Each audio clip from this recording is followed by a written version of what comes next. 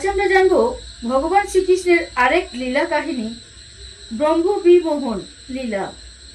একবার ব্রহ্মা শুনতে পেয়েছিলেন যে পরমেশ্বর ভগবান নারায়ণ মর্তে শ্রীকৃষ্ণের রূপে অবতীর্ণ হয়েছেন।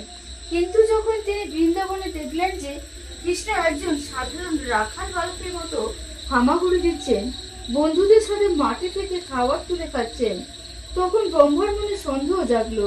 তিনি ভাবতে লাগলেন, ইনি কিভাবে পরমেশ্বর হতে পারেন? আমি পরীক্ষা করে দেখব। পরীক্ষা করার জন্য ব্রহ্মা জাদু দিয়ে কৃষ্ণের সমস্ত রাখাল বন্ধু এবং বাছুরগুলোকে অপহরণ করে একটি গুহায় ঘুমন্ত অবস্থায় লুকিয়ে রাখেন। তিনি ভেবেছিলেন কৃষ্ণ যখন দেখবেন তার বন্ধুরা আর নেই, তখন তিনি নিজের আসল রূপ প্রকাশ করতে বাধ্য হবেন।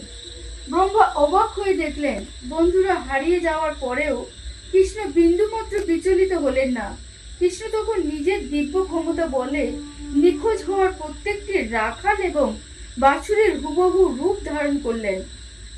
দেখতে ঠিক আগের মতোই রাখাল ও বাছুররা বনে খেলা করতে লাগলো।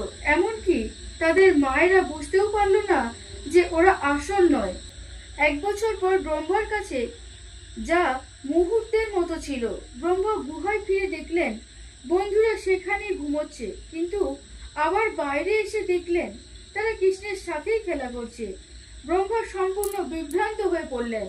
তখন কৃষ্ণ তার পরম রূপ প্রদর্শন করলেন। ব্রহ্মা দেখলেন প্রতিটি রাখাল ও বাছুর আসলে চতুর্ভুজ নারায়ণ।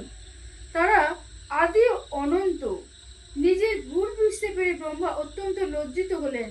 তিনি তার হাঁসের বাহন থেকে নেমে শ্রীকৃষ্ণের চরণে লুটিয়ে পড়লেন এবং স্তব স্তুতি ব্রহ্মস্তত্ব করতে লাগলেন।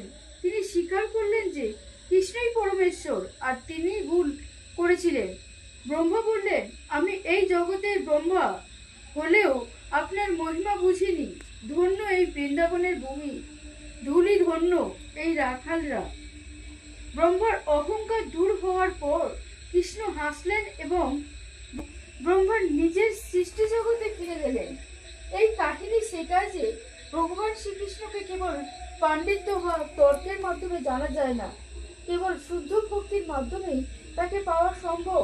ব্রহ্মার মতো সৃষ্টিকর্তাও কৃষ্ণের ঐশ্বরিক প্রেমের কাছে নত হতে বাধ্য হন। জয় শ্রীকৃষ্ণ। রাধে রাধে।